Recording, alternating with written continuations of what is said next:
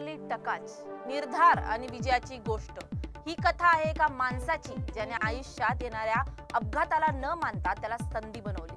कार्ली टकाच हा एक हंगेरीचा सैनिक आणि शूटर होता।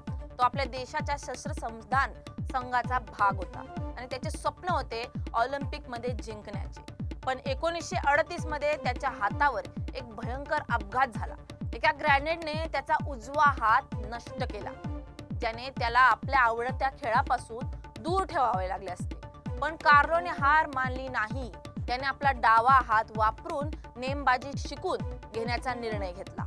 अकल्पित धैर्याने आणि कठोर मेहनतीने एका वर्षात त्याने राष्ट्रीय स्पर्धा जिंकली।